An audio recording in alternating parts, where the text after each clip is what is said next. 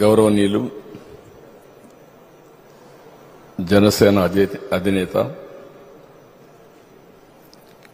గౌరవ deputy chief minister Shri Pawan Kalyan గారు, BJP రాష్ట్ర పార్టీ అధ్యక్షురాలు పురంధేశ్వరి గారు, గౌరవ పార్లమెంట్ సభ్యులు, గౌరవ శాసనసభ్యులు, గౌరవ శాసన మండలి సభ్యులు అందరికీ కూడా నా నమస్కారాలు. మొత్తం ఎన్డీఏ మెంబర్స్కి అందరికీ మరొక్కసారి మనస్ఫూర్తిగా అభినందనలు, నమస్కారాలు.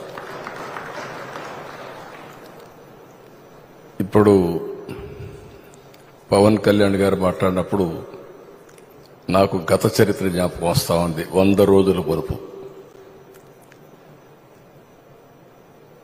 ఈరోజు ఒక్కసారి చూస్తే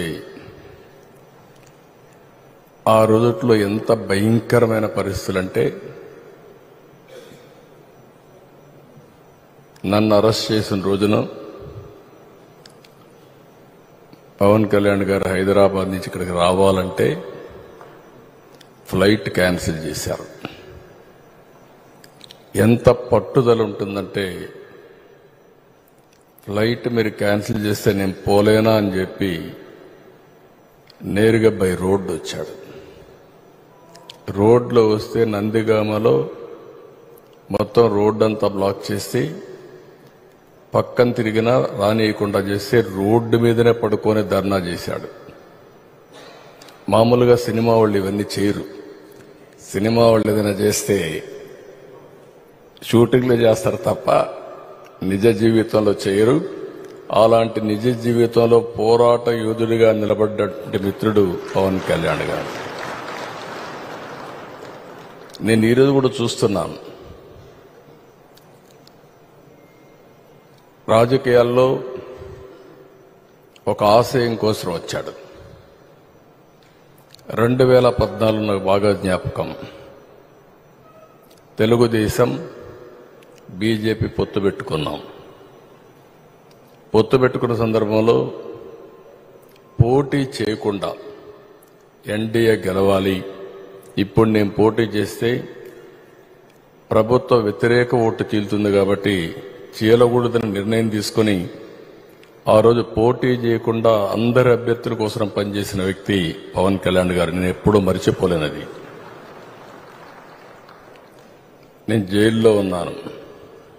జైలుకు వచ్చాడు. వచ్చినప్పుడు మాట్లాడాడు, చూశారు. అన్నీ ఆలోచించిన తర్వాత బయటెళ్ళి కష్టకాలంలో ఉన్నప్పుడు ఏమాత్రం కూడా ఆలోచించకుండా జనసేన, తెలుగుదేశం పార్టీ 2 పార్టీలు కలిసి పోటీ చేస్తాయని చెప్పిన వ్యక్తి పవన్ కళ్యాణ్ గారు. అప్పటికి వాస్తవంగా ఆలోచిస్తే బీజేపీతో పొత్తులో ఉన్నారు. మళ్ళా అక్కడ ఒక మాట చెప్పాడు, నేను బీజేపీతో పొత్తుంది, వ్యతిరేక ఓటు చేయడానికి వీలు లేదు, కాబట్టి పొత్తు మాత్రం తెలుగుదేశంతో ఉంటుంది, బీజేపీని కూడా ఒప్పించి అలయన్స్ లేకి తెస్తామని చెప్పిన వ్యక్తి పవన్ కళ్యాణ్ గారు. క్రానలాజికల్ గా మనం చూస్తే ఒకటి తర్వాత ఒకటి మేమిద్దరం చూశాం, ఒకే ఆలోచన చేశాం. ప్రజలు గెలవాలి, రాష్ట్రాన్ని మళ్లీ పునర్నిర్మాణం చేయాలి, ఒకే ఆబ్జెక్టివ్. సీట్ల విషయంలో కానీ మీటింగ్ల విషయంలో కానీ ఎక్కడ చిన్న కమ్యూనికేషన్ గ్యాప్ లేకుండా పనిచేశాం. నేను ఈ సందర్భంగా బీజేపీ పార్టీని, పురంధేశ్వరి గారు కూడా మనస్ఫూర్తిగా అభినందిస్తున్నా. ఎందుకంటే వారు కూడా ఈ అలయన్స్ రావడానికి ప్రధానంగా కృషి చేశారు. వేరే వాళ్ళు పార్టీ అధ్యక్షులుగా ఉంటే ఏమయ్యేదో నాకు తెలియదు, కానీ వారు కూడా ఏ విధంగా వర్కౌట్ చేయాలో వర్కౌట్ చేశారు. కేంద్ర నాయకత్వం కూడా ఈ విషయంలో మీరు గుర్తుపెట్టుకోవాలి. నేను పవన్ కళ్యాణ్ గారు ఒక అగ్రిమెంట్కి వచ్చాం. మేము ఇక్కడ ఒక ప్రెస్ కాన్ఫరెన్స్ పెట్టాం. పెట్టి ఎవరెవరు ఎన్ని సీట్లు పోటీ చేస్తాం చెప్పేశాం. కేంద్రం ఒకసారి మాట్లాడాలంటే కేంద్ర నాయకత్వం బీజేపీ, నేను ఆయన ఇద్దరం ఢిల్లీకి వెళ్ళాం. పోయినప్పుడు వాడు మాట్లాడినప్పుడు ఒకే మాట చెప్పారు, అందరం కలిసి పోటీ చేస్తే బాగుంటుంది, అందరం కలిసి చేద్దామని అమిత్ షా గారు, నడ్డా గారు ప్రపోజల్స్ పెట్టినప్పుడు మేమిద్దరం కూడా ఒకే అభిప్రాయానికి వచ్చాం. ముగ్గురు కలిస్తే ఈ రాష్ట్రానికి పూర్వ వైభవం తేవచ్చు కాబట్టి ముగ్గురం కలిసి పోటీ చేయాలని ఒక్క మాట కూడా అబ్జెక్షన్ చేయకుండా నిర్ణయం అక్కడే చెప్పామని చెప్పి కూడా నేను మీకు తెలియజేస్తున్నా. చాలామంది అన్నారు నష్టం వస్తుందేమన్నారు. కాదు, లాభం వస్తుందని చెప్పాం. ఆ రోజు మా ఇద్దరి క్యాలిక్యులేషన్ ఏంటంటే ఇద్దరం కలిసి కేంద్రంలో బీజేపీ కూడా ఉంటే ఈ రాష్ట్రానికి న్యాయం జరుగుతుందని ఆలోచించాం. అదే ఈరోజు జరిగింది. మనం ఒక్క విషయం గుర్తుపెట్టుకుంటే 100 రోజులు నరేంద్ర మోడీ గారు మూడోసారి ప్రధానమంత్రిగా 100 రోజులు పూర్తి చేసుకున్నారు. ఇక్కడ ఎన్డీఏ మనందరం కూడా 100 రోజుల పరిపాలన మనం పూర్తి చేసుకున్నాం. కేంద్రం ఈ రోజు కానీ సహకరించకపోయి ఉంటే, కేంద్రం కానీ మనం అనుకున్న ప్రభుత్వం లేకపోతే వెంటిలేటర్ పై నుండే ఆంధ్రప్రదేశ్ రాష్ట్రాన్ని కాపాడుకోవడం చాలా కష్టమయ్యేది. నేను బయట ఉన్నప్పుడు చాలా విషయాలు క్రిటిసైజ్ చేశాను. కానీ గవర్నమెంట్లోకి వచ్చి చూస్తే ఇప్పటికి కూడా ఈరోజు కేబినెట్లు చూస్తే కేబినెట్ మినిస్టర్స్కి ఆశ్చర్యం వేస్తా ఉంది, ఇన్ని అవకతవకలు చేయగలిగారా అని. వరదలు వచ్చాయి, 2,000 కోట్ల రూపాయలు రిలీఫ్లో డబ్బులున్నాయని చెప్పెట్టారు. నేను కూడా అనుకున్నా 2,000 కోట్లు ఉందేమో అని. అంటే ఇంత అనుభవం ఉంటే నాకే అర్థం కాలేదు. చూస్తే 7,000 కోట్ల రూపాయలు 6,000 సంవత్సరంలో ఖర్చు పెట్టేసి ఖర్చు పెట్టిన డబ్బులకు అకౌంట్ చూపించలేకపోయారు. అంటే అక్కడ డబ్బులు లేదు, ఎక్కడా డబ్బులు లేదు, అది వేరే విషయం.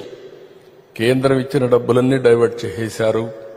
ఏ అకౌంట్లో డబ్బులు లేదు, జీతాలు కూడా ఇవ్వలేని పరిస్థితి, చాలా సమస్యలు వచ్చాయి.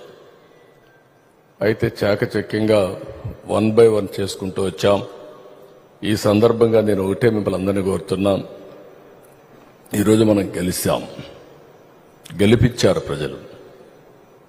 చాలా యాస్పిరేషన్స్ పెట్టుకున్నారు, మామూలు కాదు.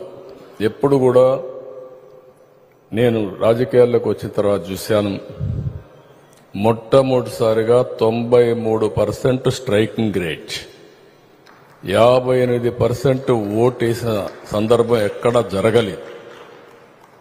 తెలుగుదేశం పార్టీలో వేవ్స్ చూశాను మేము.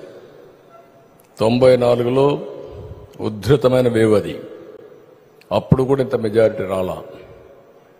ఆ తర్వాత 83 కానీ 84 కానీ 99 కానీ ఎప్పుడు కూడా రానటువంటి విజయం వచ్చిందంటే ఎన్నికల సమయంలో మీరందరూ ఒకటే గుర్తుపెట్టుకోవాలి, 3 పార్టీలు అనుసరించిన విధానం, అభ్యర్థుల ఎంపిక మొదలుకొని ఎన్నికల క్యాంపెయిన్ దగ్గర నుంచి ఏ చిన్న పొరపాటు జరగకుండా ముందుకెళ్లాం.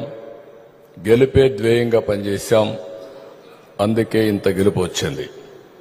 అయితే ఈరోజు మిమ్మల్ని కోరేది నేను ఒకటే, పనులు చేయడం ఎంత ముఖ్యమో ఇక్కడుండే మనందరి ప్రవర్తన కూడా అంతే ముఖ్యం. ప్రజలకు ఆమోదయోగ్యంగా ఉండాలంటే మనందరం కలిసి ఎప్పటికప్పుడు ప్రజా సమస్యల్ని పరిష్కారం చేస్తూనే ప్రజలకు మెచ్చుకునే విధంగా మనం నడవడుకుంటే ఎవ్వరు ఏం చేయలేరు. ఆ విషయం మీరు గుర్తుపెట్టుకోవాల్సిన అవసరం అందరం కూడా. 3 పార్టీలు, విభిన్న ఆలోచనలు, కానీ ఒకే ధ్యేయం, అదే రాష్ట్ర అభివృద్ధి కోసం మనం కలిశాం. ఈ కలయిక శాశ్వతంగా ఉండాలని నేను మనస్ఫూర్తిగా ఆకాంక్షిస్తున్నా. మూడోసారి ప్రధానిగా నరేంద్ర మోడీ గారు అయ్యారు. మనం మళ్లీ గవర్నమెంట్కి వచ్చాం. ఇది జరగాలంటే మనందరం ఎప్పటికప్పుడు ప్రజల్లోకి ఈ ప్రభుత్వం ఏమి చేసింది, ఏం చేయబోతుందో కూడా చెప్పాలి. కేంద్రం ఏం చేశారు, మనం ఏం చేశాం, కేంద్రం చేసే కార్యక్రమాలతో మనం ఏ విధంగా మన కార్యక్రమాలని అనుసంధానం చేసుకున్నామో ఇవి కూడా చెప్పాలి. రెండోది, చేసిందే కాకుండా భవిష్యత్తులో చేయబోయే పనులు కూడా మనం చెప్పాల్సిన అవసరం ఉంది. అప్పుడే ప్రజల్లో ఒక నమ్మకం, ఒక విశ్వాసం వస్తుంది. ఈరోజు ఇంకొక విషయం కూడా మనం గుర్తుపెట్టుకోవాల్సింది, నరేంద్ర మోడీ గారు మూడోసారి అయినప్పుడు ఒక దృఢమైన సంకల్పంతో ముందుకు పోతున్నారు. వికసిత్ భారత్ 2047 ఒక నిర్దిష్టమైనటువంటి లక్ష్యాలతో ముందుకు పోయే పరిస్థితికి వచ్చారు. అందుకే మీరు అనేక కార్యక్రమాలు మీరు చూస్తే వరల్డ్ క్లాస్ ఇన్ఫ్రాస్ట్రక్చర్ క్రియేట్ చేయడం, ఎంప్లాయ్మెంట్ కోసరం, హెల్త్ కోసరం, వ్యవసాయ రంగంలో చాలా కార్యక్రమాలు తీసుకొస్తున్నారు. ఇవన్నీ కూడా మనం ప్రజల్లో చైతన్యం తేవడమే కాకుండా మనం కూడా ముందుకు పోవాల్సిన అవసరం ఉంది. ఈరోజు వృద్ధులకి ఆయుష్మాన్ భారత్ కింద 70 ఏళ్లు లేదా అంతకంటే ఎక్కువ వయసుంటే అలాంటి వారందరికీ ఈరోజు ఆరోగ్య కవరేజ్ ఇచ్చే పరిస్థితికి వచ్చారు. దీనివల్ల 5 లక్షల వరకు ప్రతి ఒక్క కుటుంబానికి ఇచ్చే పరిస్థితికి వచ్చారు. 3 లక్షల కోట్ల రూపాయలు ఖర్చు పెట్టి ఇన్ఫ్రాస్ట్రక్చర్కి ముందుకు పోయే పరిస్థితికి వచ్చారు. మన రాష్ట్రంలో నేషనల్ హైవేస్ రాబోయే 3 సంవత్సరాల్లో 58,000 కోట్ల రూపాయలు ఖర్చు పెట్టడానికి ప్రణాళికలు సిద్ధంగా ఉన్నాయి. ఇక్కడ నేను ఒకటే మిమ్మల్ని కోరుతున్నా, మీ నియోజకవర్గాల్లో నేషనల్ హైవేస్ ఎక్కడున్నా దాన్ని ఫాస్ట్ ట్రాక్లో పెట్టడానికి ప్రయత్నం చేయండి. దానివల్ల మన రోడ్డు వ్యవస్థ అంతా కూడా బాగా వచ్చే పరిస్థితికి వస్తుంది. ఇంకొక పక్కన మీరు చూస్తే జల్ జీవన్ మిషన్ 50% కేంద్రం ఇస్తున్నారు, 50% మనం ఇవ్వాలి. ఈరోజు కేంద్రం ఇచ్చే డబ్బులు తీసుకోకుండా, ఇచ్చిన డబ్బులను కూడా సద్వినియోగం చేయకుండా ఈరోజు ఆ కార్యక్రమాన్ని పూర్తిగా నిర్వీర్యం చేసే పరిస్థితికి వచ్చారు. ఇప్పుడు నాకు ఏమాత్రం అనుమానం లేదు, ఆ మాట నేను కానీ డిప్యూటీ సీఎం గారు మాట్లాడుకున్నాం. తప్పకుండా మళ్లీ కేంద్రాన్ని ఒప్పించి జల్ జీవన్ మిషన్ ద్వారా ప్రతి ఇంటికి కొళాయి ద్వారా నీళ్లు ఇస్తామని ఎన్డీఏ ప్రభుత్వం చాలా స్పష్టంగా చెప్పాం. మన మేనిఫెస్టోలో ఉంది, దాన్ని అమలు చేద్దాం.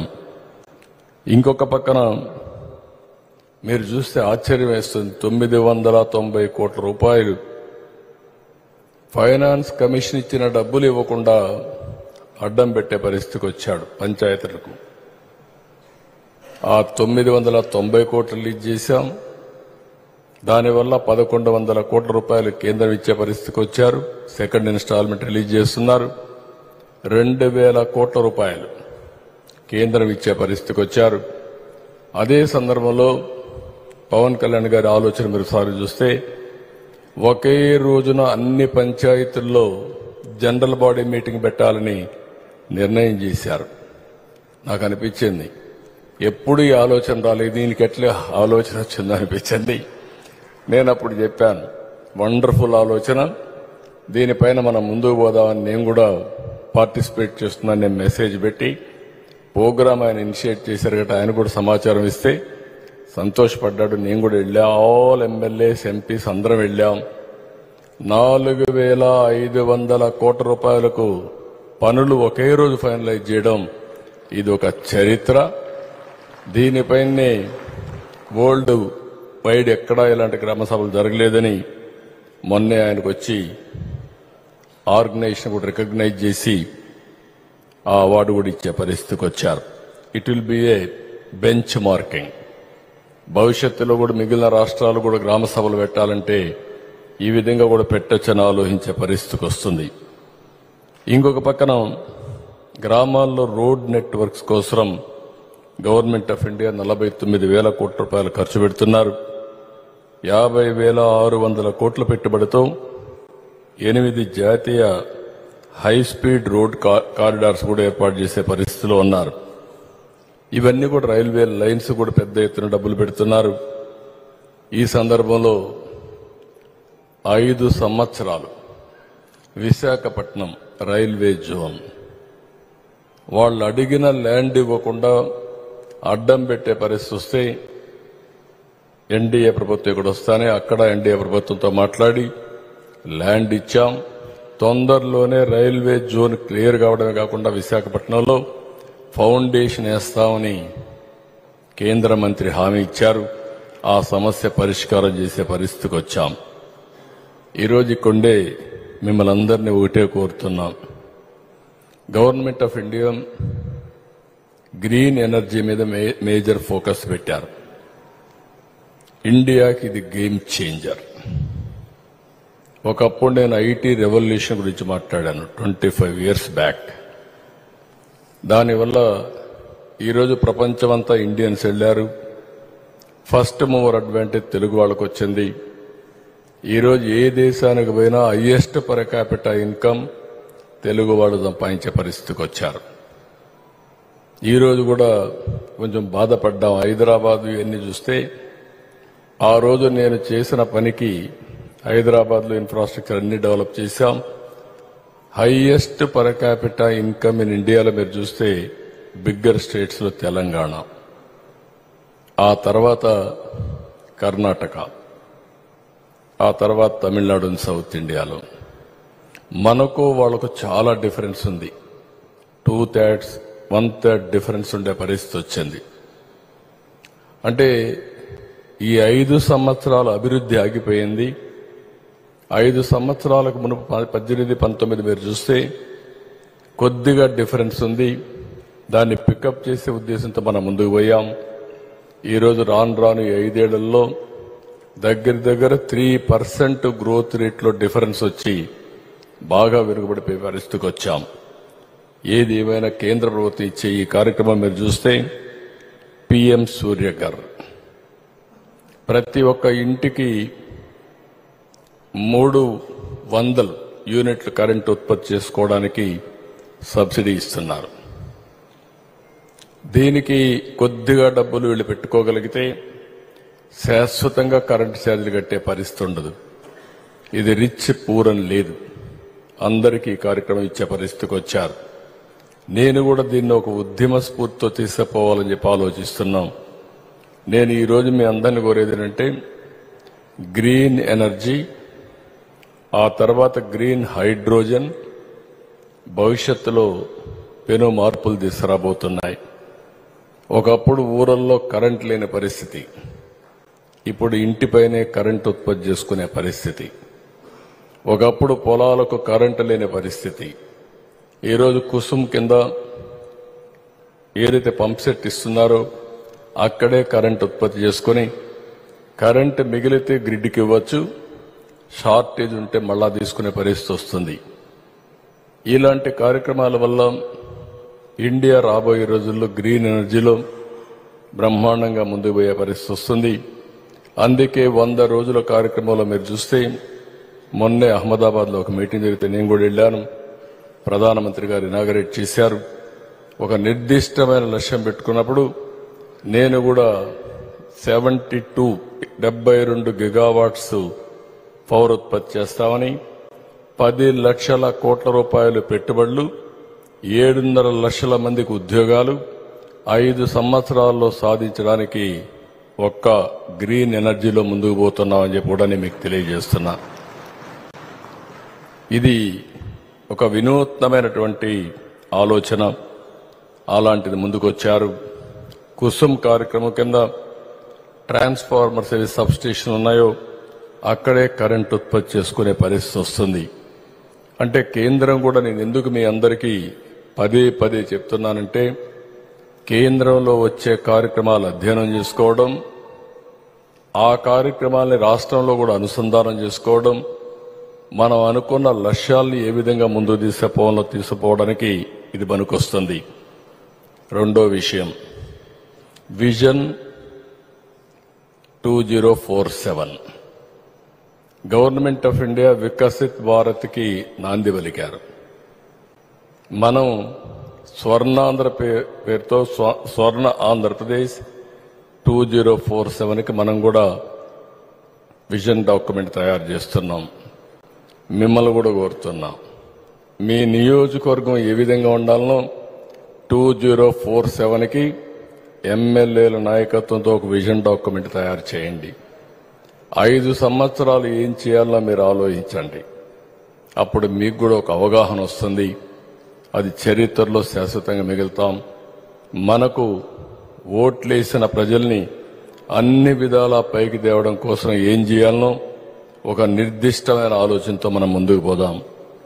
డబ్బులు లేవనేది కానీ ఇంకోటి కానీ నేను ఒకటే చెప్తున్నా, మీరు ఒక ప్రణాళిక తయారు చేయండి. ప్రభుత్వంలో ఏమున్నాయి మేము కూడా మీకు అవగాహన ఇస్తాం. దానిపైన అందరం కూడా 2047కి ఈ రాష్ట్రంలో పేదరికం లేకుండా ఆర్థిక అసమానతలు తగ్గించే వ్యవస్థకి శ్రీకారం భారతదేశం చుడుతుంది. అందులో అగ్రస్థానంలో మనం ఉండాలని చెప్పి నేను మిమ్మల్ని అందరినీ కోరుకుంటున్నాను. ఈరోజు ఇంకొక పక్కన చూస్తే ఈ విషయాలన్నీ కూడా ప్రజల్లో మీరు చర్చనీయాంశం చేయాలి. 10 లక్షల కోట్ల రూపాయల అప్పులు, 1 లక్ష కోట్ల రూపాయలు పెండింగ్ బిల్స్. ఇలాంటి సమయంలో మనం అధికారంలోకి వచ్చిన తర్వాత ఏం చేయాలనో అర్థం కాని పరిస్థితి. కానీ నాకు ఈరోజు మిమ్మల్ని చూస్తే, కుండే మెంబర్స్ చూస్తే మనస్ఫూర్తిగా అభినందిస్తున్నా. మీ సహకారం నా జీవితంలో ఎప్పుడూ మరిచిపోలేనని చెప్పి మరొక్కసారి మీ అందరికీ తెలియజేస్తున్నా.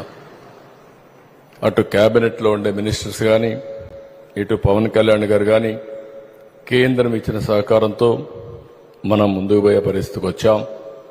అందుకే మొదటి రోజున 5 సంతకాలు నేను చేశాను. ఈ 5 సంతకాలు కూడా మీరు గుర్తుపెట్టుకోవాల్సింది, 20 లక్షల ఉద్యోగాలు యువతకి ఇస్తామని ఒక హామీ ఇచ్చాం. అందులో డిఎస్సి, మెగా డిఎస్సి 16,347 ఉద్యోగాలు ఇచ్చాం. రేపటి నుంచి ఎన్ని ఉద్యోగాలు ఏ రోజు ఇస్తున్నామో అవన్నీ కూడా పెట్టి క్యూములేటివ్గా లెక్కేసుకుంటూ 5 సంవత్సరాల్లో ఎట్టి పరిస్థితుల్లో కూడా 20 లక్షల ఉద్యోగాలు ఇచ్చే దిశగా ముందుకు పోతామని మరొక్కసారి హామీ ఇస్తున్నా. దానికోసం మనందరం కూడా సమిష్టిగా పనిచేద్దాం. ఇంకొక పక్కన మీరు చూస్తే ఏదైతే పెన్షన్ గత ప్రభుత్వం ఇచ్చింది 5 ఏళ్లు 250 పెంచుకుంటూ పోయారు. ఈరోజు మనం ఆలోచించింది ఒకేసారి 1000 రూపాయలు పెంచి ఏప్రిల్ నుంచి ఇస్తానన్నాం. దానికి కూడా ఒక కారణం ఉంది. పదే మనం పెన్షన్లు ఇవ్వమని చెప్పేదే కాకుండా వాలంటీర్లు లేకపోతే పెన్షన్లే ఇవ్వలేమని చెప్పి తప్పుడు ప్రచారం చేస్తామంటే ఎందుకు ఇవ్వలేమో నిరూపించడం కోసం మనం 4,000 రూపాయలు పింఛను పెంచుతామని, మిగిలిన పెంచిన పింఛన్లన్నీ ఏప్రిల్ నుంచి ఇస్తామని చెప్పి హామీ ఇచ్చి ఒకేసారి మనం డిస్ట్రిబ్యూట్ చేశాం. ఏ వాలంటీర్ను వాడలేదు. ప్రభుత్వ యంత్రాంగంతో సమర్థవంతంగా 100% ఒకే రోజున పూర్తి చేయగలిగామంటే అది మనం చూపించిన చొరవ. ఇది అసాధ్యమని చెప్పి కావాలని ముసలవాళ్ళని మంచి ఎండల్లో ఏప్రిల్, మేలో, జూన్లో అందరినీ కూడా సచివాలయాన్ని పిలిపించి 32 మందిని చంపేసే పరిస్థితికి వచ్చారు. తిప్పి చంపేసే పరిస్థితికి వచ్చారు. దానికి కూడా మనం ఇప్పుడే నేను చూశాను, మీరందరూ భాగస్వాములు అయ్యారు. 64 లక్షల మందికి ఇచ్చాం. అందుకే భవిష్యత్తులో కూడా మొదటి రోజున పేదల సేవలో అని పేరు పెట్టి పేదలు మనకు గుర్తొచ్చే విధంగా చేయాల్సిన అవసరం ఉంది. లాస్ట్ మంత్ అయితే, ఈ మంత్లో అయితే మనకు ఒక సెలవు రోజు వస్తే, హాలిడే వస్తే 1 డే ఇన్ అడ్వాన్స్ ఇచ్చాం. భవిష్యత్తులో కూడా ఎప్పుడు ఎలాంటి సంఘటనలు వచ్చినా ఒక రోజు ముందే పేదలకు పింఛన్లు ఇచ్చే కార్యక్రమానికి శ్రీకారం చుడతాం, అది చేస్తాం. దీంట్లో ఒక రోజు అటో ఇటో ఇస్తే కాదు, కానీ దట్ ఈజ్ అవర్ కమిట్మెంట్. ఆ కమిట్మెంట్ని ఎప్పుడూ నిలబెట్టుకుంటూ ముందుకు పోదాం. అదే మరిగా ఉద్యోగస్తులకి ఈ మధ్యకాలంలో ఎప్పుడు వాళ్ళు మొదటి తారీఖు జీతాలు తీసుకున్న సందర్భాలు లేవు. పెన్షనర్స్ పాపం వాళ్ళైతే 10వ తారీఖున 20వ తారీఖున ఓసారి 2-3 నెలలు కూడా ఇచ్చిన సందర్భాలు లేవు. కానీ ఒకటే ఆలోచించాం, మొదటి రోజున పెన్షన్లు ఇవ్వాలనుకున్నాం, జీతాలు ఇవ్వాలనుకున్నాం, అది సక్రమంగా ఇస్తున్నాం, భవిష్యత్తులో కూడా ఇస్తామని చెప్పి కూడా మరొకసారి మీ అందరికీ తెలియజేస్తున్నా. నేను ఇంకొక విషయం కూడా మీరు గుర్తుపెట్టుకోవాల్సింది, కమ్యూనికేషన్ అనేది చేసిన పనిని ప్రజలకు చెప్పడం. మనం చేసే పనుల్లో ఎక్కడైనా సరే చిన్న చిన్న పొరపాట్లుంటే మళ్ళీ దాన్ని ఏ విధంగా ఇంప్రూవ్ చేయాలని ఇంప్రూవ్ చేయడం. అదే సమయంలో వాళ్ళ అవసరాలు కూడా మీరు గుర్తించి ఈ కార్యక్రమాలు చేస్తున్నాం, ఇవి కాకుండా ఇంకా ప్రియారిటీ ఏమున్నాయో అవి కూడా మన మీటింగ్లో మనం మాట్లాడుకోగలిగితే అవన్నీ కూడా మనం చేసే అవకాశం వస్తుంది. ఇంకొక పక్కన మీరు చూసినప్పుడు ఏదైతే ల్యాండ్ టైటిలింగ్ యాక్ట్ ఒక చాలా భయంకరమైన యాక్ట్, ఇది వాళ్ళ ఓన్ మనుషులను పెట్టుకొని రికార్డ్స్ రాసేసే పరిస్థితి. దానికి ఒక చట్టం తీసుకొచ్చారు. ఎంఆర్ఓలు చేసే పని గవర్నమెంట్ ఎవరినో ఒకరు నామినేట్ చేసి ఆ రికార్డ్స్ అని కరెక్ట్ చేస్తారు. ఒకవేళ కరెక్ట్ చేసిన తర్వాత కూడా కంప్యూటరైజేషన్ కూడా వీళ్ళ మనుషులకు కాంట్రాక్ట్ ఇచ్చి అక్కడ వాళ్ళ దగ్గర రికార్డులు పెట్టడం. దానికి మళ్ళీ ట్రిబ్యునల్స్, లోకల్ కోర్టు పోయే పని లేకుండా ట్రిబ్యునల్ పెట్టి వాళ్లే జడ్జిమెంట్లు ఇవ్వడం. ఫైనల్గా హైకోర్టు పోవాలంటే ఎవరు పోతారో నాకు అర్థం కాలేదు. అందుకే ఒకటే ఆలోచించాం, ఒక్క నిమిషం కూడా ఆలోచించలేదు. ఇమ్మీడియట్గా ల్యాండ్ టైటిలింగ్ యాక్ట్ రద్దు చేసి ప్రజల ఆస్తులను కాపాడిన ప్రభుత్వం ఇది. గత ప్రభుత్వంలో చేసిన అవకతవకలు మీరు చూసి చాలా ఉన్నాయి. రికార్డ్స్ ఎంత తారుమారు చేశారంటే మన భూమి 22A అంటే గవర్నమెంట్ భూమి అయిపోతుంది. ఇంకా మనం ఎన్ని కొట్టుకున్నా మన భూమిని ఇంకా డిస్ప్యూట్లో పడిపోయి చాలా ప్రాబ్లమ్స్ వచ్చే పరిస్థితి వచ్చింది. ఈ విధంగా మీరు చూస్తే ఫ్రీ హోల్డ్ అనే పేరు పెట్టి కొన్ని లక్షల ఎకరాలు వీళ్ళ బినామీలతో వీళ్ళ పేర్లతో పట్టాలు చేసుకునే పరిస్థితికి వచ్చారు. అందుకే Madanapalle files, Madanapalle sub collector ఆఫీసులో ఫైల్స్ కాల్ చేసే పరిస్థితికి వచ్చారు. డాక్యుమెంట్స్ లేకుండా చేసే పరిస్థితికి వచ్చారు. అయితే ఒక్క విషయం మీరు గుర్తుపెట్టుకోవాలి, ముందు వెనకుంటుంది కానీ తప్పు చేసిన వాడు మాత్రం ఎట్టి పరిస్థితుల్లో తప్పించుకోలేరు. అది జరుగుతుంది, జరిగి తీరుస్తాం. ఇంకొక పక్కన అన్నా క్యాంటీన్, ఇప్పుడే పవన్ కళ్యాణ్ గారు అన్నారు, అన్నా క్యాంటీన్ గురించి మాట్లాడుతూ చెప్పారు. ఎంత దుర్మార్గమైన కార్యక్రమం అంటే ఆ రోజు ఎన్టీ రామారావు గారు తిరుమల పైన అన్నదానం ప్రవేశపెట్టారు. ఎన్నో ప్రభుత్వాలు మారాయి, ఎవ్వరు కూడా ఆ కార్యక్రమాన్ని రద్దు చేయాలన్న ఆలోచన ఎవరికీ రాలేదు. అలాంటిది అన్నా క్యాంటీన్ రద్దు చేసి ఒక దుర్మార్గమైనటువంటి పని చేసే పరిస్థితికి వచ్చారు. మొన్నే 100 పెట్టాం, రేపు 78 పెడుతున్నాం. ఇంకొక 10 రోజుల్లో 15 రోజుల్లో మొత్తం 203 అన్నా క్యాంటీన్లు పెట్టి మళ్లీ పేదవాళ్లకు నిరంతరం భోజనం పెట్టే కార్యక్రమానికి శ్రీకారం చుడతాం. ఇంకొక పక్కన ఆ రోజు నాకు బాగా జ్ఞాపకం, ఏదో మీటింగ్లో మాట్లాడుతూ ఉంటే పవన్ కళ్యాణ్ గారు అన్నారు, స్కిల్ డెవలప్మెంట్ చేస్తే బాగుంటుందని అన్నారు. నేను ఆ మీటింగ్లోని ఈస్ట్ గోదావరిలో అనుకుంటాను, లేకపోతే వెస్ట్ గోదావరిలో అనుకుంటాను. ఆ మీటింగ్లో నాకు ఆలోచన వచ్చింది. ఆ రోజే అనౌన్స్ చేశాం, స్కిల్ సెన్సస్ చేస్తే బాగుంటుందని ఆలోచన వచ్చి దేశంలోనే కాదు ప్రపంచంలోనే మొత్తంగా మీరు ఆలోచిస్తే స్కిల్ సెన్సస్ చేసిన ఏకైక ప్రభుత్వం ఆంధ్రప్రదేశ్లో ఎన్డీఏ ప్రభుత్వం అని చెప్పి కూడా నేను మీకు తెలియజేస్తున్నా. దీనివల్ల భవిష్యత్తులో ఒక న్యూ ట్రెండ్కి కానీ, రెండోది మనం గుర్తుపెట్టుకోవాల్సిన అవసరం ఉంది, చాలా వరకు అవకాశాలు విపరీతంగా పెరిగాయి.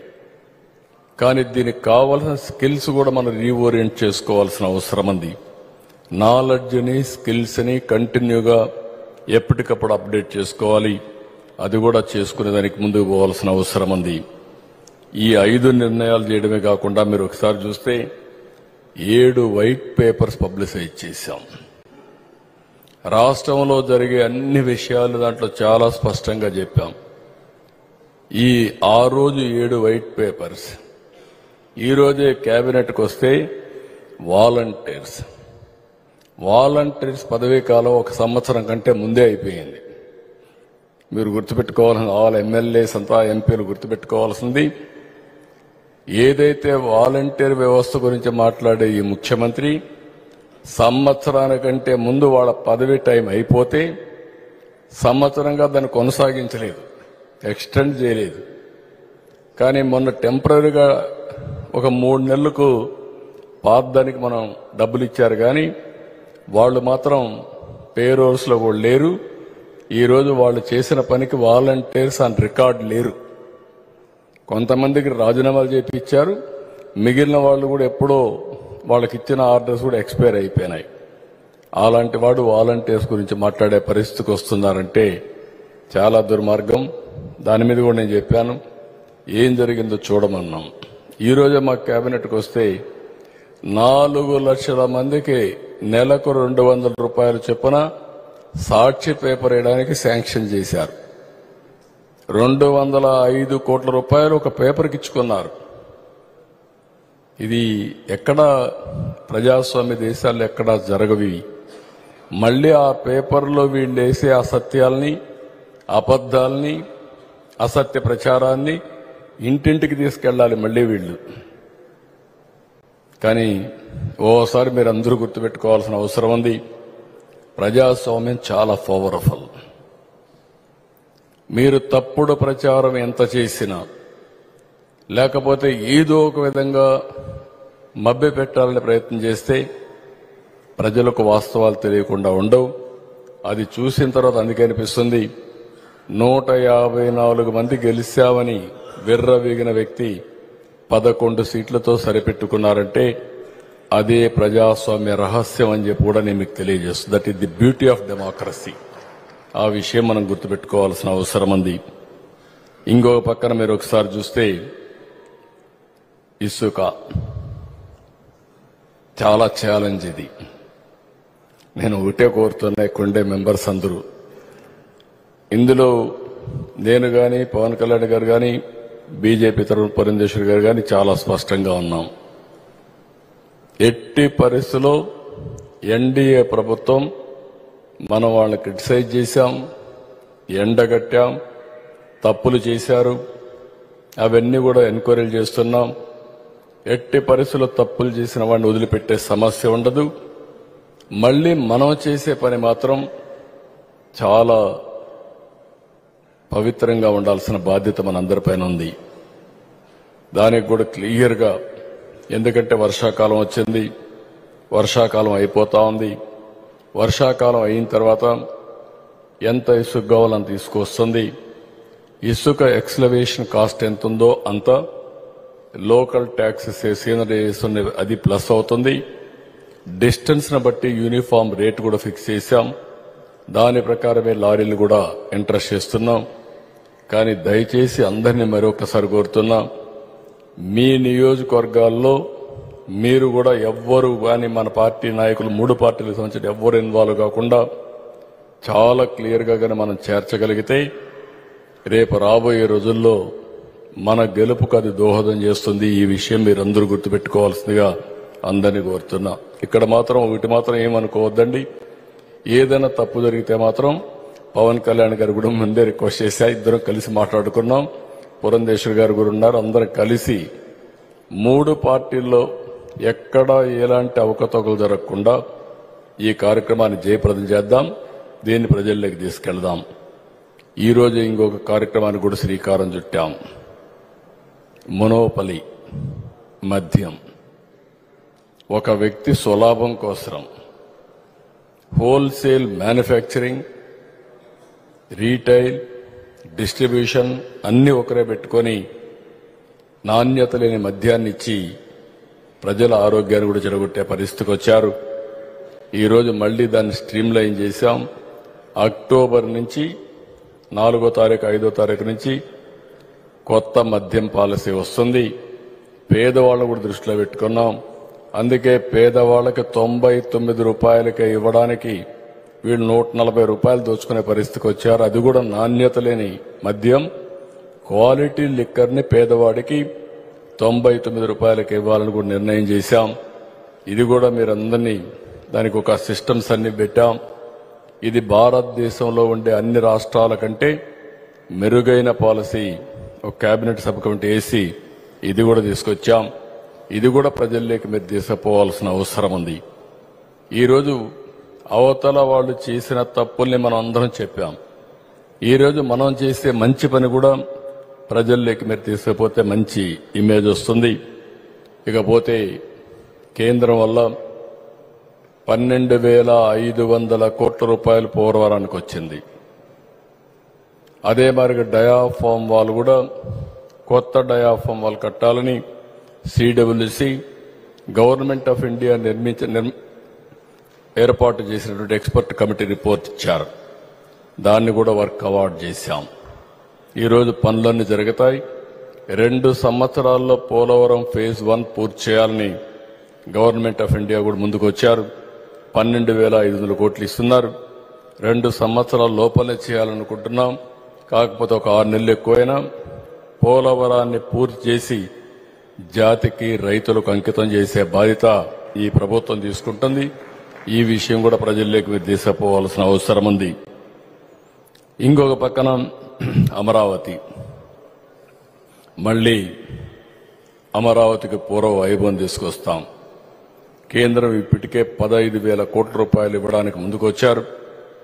ఆ 15,000 కోట్ల రూపాయలు వరల్డ్ బ్యాంక్ అని ఇవన్నీ ఏర్పాటు చేశారు. అది అయిన తర్వాత ఇంకా కూడా హెల్ప్ చేస్తాను స్పష్టంగా హామీ ఇచ్చారు. కాబట్టి పోలవరం ప్రాజెక్టు కూడా ముందుకు తీసుకెళ్తున్నాం. దీనికి అమరావతి ప్రాజెక్టు ముందుకెళ్తుంది. దీనికి కూడా నిధులు కొరత లేదు. కాబట్టి దాన్ని కూడా ముందుకు తీసుకెళ్తాం. అదే సమయంలో కేంద్రం ఇటీవల 3 ప్రాజెక్టులు మీ నియోజకవర్గాల్లో మీరు గుర్తుపెట్టుకోవాలి. కొప్పర్తి, కడప, ఓర్వకల్, కర్నూల్, నంద్యాల, నక్కపల్లి ఈ 3 కూడా ఇండస్ట్రియల్ పార్క్స్ కి కేంద్రం ముందుకు వచ్చారు. దీనికి డబ్బులు కూడా ఇచ్చారు. ఇవి కానీ పూర్తి చేసుకుంటే మనం ఇండస్ట్రీస్ కూడా పెద్ద ఎత్తున అట్రాక్ట్ చేసే పరిస్థితికి వస్తాం. ఈ 100 రోజుల్లో శ్రీ సిటీలో ఒక 15 సంస్థలు ప్రారంభించాం. ఇంకొక 6 సంస్థలకి ఇండస్ట్రీస్ కి ఫౌండేషన్లు వేశాం. అదే మాదిరిగా బీపీఎల్ ఆధ్వర్యంలో మీరు చూస్తే దగ్గర 75,000 కోట్ల రూపాయలతో పెట్టుబడులు పెట్టడానికి ముందుకు వచ్చారు. విశాఖపట్నం ఎన్టీపీసీ ఏదైతే green energy, green hydrogen, down stream industries కోసం 1,50,000 కోట్ల రూపాయలు ఖర్చు పెట్టడానికి ముందుకు వచ్చారు. రేపు ఎల్లుండి అగ్రిమెంట్ చేస్తున్నాం. ఆ వర్క్ కూడా విశాఖపట్నంలో స్టార్ట్ అవుతుంది. అదే సమయంలో నేను ఎమ్మెల్యేస్ అందరినీ మిమ్మల్ని కోరేది గ్రామాల్లో ఆ రోజు 25,000 కిలోమీటర్లు సిమెంట్ రోడ్లు వేసాం. మిగిలిన అన్ని సిమెంట్ రోడ్లు వేసుకునే అవకాశం ఉంది. ఈరోజు మా అందరికంటే రిచెస్ట్ మ్యాన్ పవన్ కళ్యాణ్ గారు. ఎందుకంటే ఆయన దగ్గరే డబ్బులు ఉన్నాయి. పంచాయతీల్లో ప్లానింగ్ ఫైనాన్స్ కమిషన్ డబ్బులు ఇస్తుంది.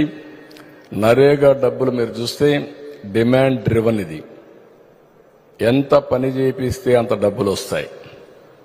60% లేబర్, 40% మెటీరియల్ కాంపోనెంట్.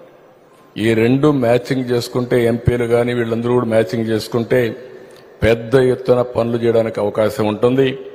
గ్రామంలో అన్ని పనులు చేసుకునే అవకాశం ఉంటుంది. అందుకే 17,000 కిలోమీటర్లు సిమెంట్ రోడ్లు వేయాలని, 10,000 కిలోమీటర్లు డ్రైనేజ్ కట్టాలని కూడా నిర్ణయించుకున్నాం. ఇవన్నీ కూడా వార్ ఫుటింగ్లో పెడతాం. ఇంకో పక్కన ఇంటింటికి నీళ్లు ఇచ్చే కార్యక్రమానికి కూడా శ్రీకారం చుడతాం. రైతులు కూడా మీరు చూస్తే 1,670 కోట్ల రూపాయలు మనోహర్ అయితే గట్టిగా పనిచేసి దాన్ని కంప్లీట్ చేయించారు. దానివల్ల 1,670 కోట్ల రూపాయల బకాయిలన్నీ పూర్తి చేసేసాం. రాబోయే రోజుల్లో కూడా 2 days 48 hours లో ధాన్యం కొనుగోలు చేస్తే వాళ్లకు డబ్బులు ఇచ్చే బాధ్యత కూడా మన ప్రభుత్వం తీసుకుంటామని కూడా మీ అందరికీ హామీ ఇస్తున్నాం. ఇదే మరికి మళ్ళీ చాలా నిర్ణయాలు చేశాం. ఏదైతే ఆ రోజు మనం అనుకున్నటువంటి ఎన్డీఏలో ఇంటింటికి మీరు పోయి చెప్పారో అవి చాలా నిర్ణయాలు చేశాం. ఉదాహరణకు డ్రిప్ ఇరిగేషన్కు 90% మళ్ళా పెట్టాం. జలాశయాలన్నీ ఏదైనా రిపేర్లుంటే చేయడానికి 340 కోట్లు పెట్టాం. ఇంకొక పక్కన మీరు చూస్తే తుంగభద్ర డ్యాం ఎప్పుడు కూడా ప్రభుత్వం ఎంత యాక్టివ్గా ఉంటుందంటే, ఏదైతే అన్నమయ్య డ్యాం కొట్టుకొని పోతే ముఖ్యమంత్రి ఆ పక్కకు పోలేదు ఆనాటి ముఖ్యమంత్రి. పులిచెంతల గేటు పోతే గేటు పెట్టడానికి 2 సీజన్లు అయినాయి. అదే మరిగా గుండ్లకమ్మ గేటు పోతే ఆ గేటు సరిగా పెట్టకపోతే మళ్ళా రెండోసారి పోతే మూడోసారి కాంట్రాక్టర్ రాలేదు. దానికి ఎంత డబ్బులంటే 10 కోట్లు. దానికి కూడా మనిషి రాని పరిస్థితి. అలాంటి సందర్భంలో మీరు ఒకసారి చూసినప్పుడు తుంగభద్రలో గేటు పోతే నేను కొండ నిమ్మల రామానాయుడు గారిని అదే మరి కేశవ్ గారిని అక్కడికి వెళ్ళమన్నాను. వెళ్ళారు. మన దగ్గర ఎక్స్పర్ట్ కన్నయ్య ఉన్నాడు. ఆయన రమ్మంటే కంటి ఆపరేషన్ చేసుకొని రాలేనంటే నా పేరు చెప్పగానే వచ్చి అక్కడ ప్రభుత్వం అనౌన్స్ చేశారు, గేటు పోయింది, ఈ సీజన్లో నీళ్లు రావు, ఓన్లీ డ్రింకింగ్ వాటర్కి ఇస్తామని అనౌన్స్ చేశారు.